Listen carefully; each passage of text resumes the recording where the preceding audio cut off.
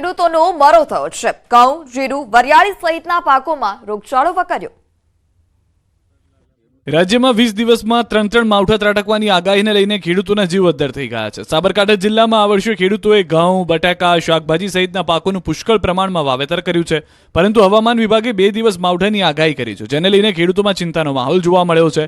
ખેડૂતોને માવઠાના કારણે પાકને નુકસાન થવાની ભીતિ સેવાઈ રહી છે। ચાલુ વર્ષે ઘઉંનું 84,527 હેક્ટરમાં અને 24,000 હેક્ટર વિસ્તારમાં બટાકાનું વાવેતર કર્યું છે। મોંઘા બિયારણ સાથે ખેતરમાં વાવેતર કર્યું, પરંતુ જો માવઠું આવશે તો પાકને નુકસાન થશે તેવો ડર ખેડૂતોને સતત સતાવી રહ્યો છે। ઉત્પાદનમાં પણ ઘટાડો થવાની શક્યતાઓ જોવા મળતા ખેડૂતો ચિંતિત બન્યા છે। ઉપરથી બટાકાના વાવેતરના 50 દિવસ થયા છતાં પણ પાકની જોઈએ તેવી વૃદ્ધિ થઈ નથી।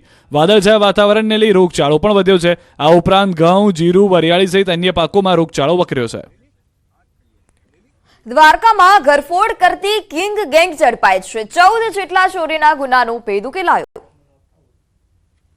દેવભૂમિ દ્વારકા સહિત દેશભરના 14થી વધુ જિલ્લા અને 3થી વધુ રાજ્યમાં ચોરી કરનાર કિંગ ગેંગ પોલીસે પકડી પાડી છે। દેવભૂમિ દ્વારકામાં અનેક ઘરમાં ચોરી કરી પોલીસની ઊંઘ હરામ કરનાર તસ્કર ટોળકીને પોલીસે જેલ હવાલે કરી છે। દ્વારકા પોલીસે આંતરરાજ્ય કિંગ ગેંગને ઝડપી અનેક ચોરીના ભેદ ઉકેલી નાખ્યા। કિંગ ગેંગના 4 લોકોને એલસીબીએ મધ્યપ્રદેશના ધારથી પકડી 14 જેટલી ચોરીના ગુનાઓનો ભેદ ઉકેલી નાખ્યો।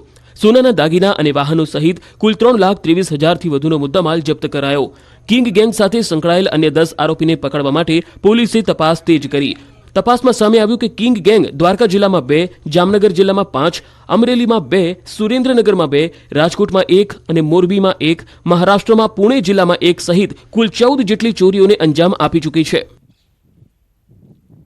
તો સમાચારોમાં અત્યારે બસ આટલું જ। વધુ સમાચાર માટે જોડાયેલા રહો ન્યૂઝ 18 ગુજરાતી સાથે। નમસ્કાર।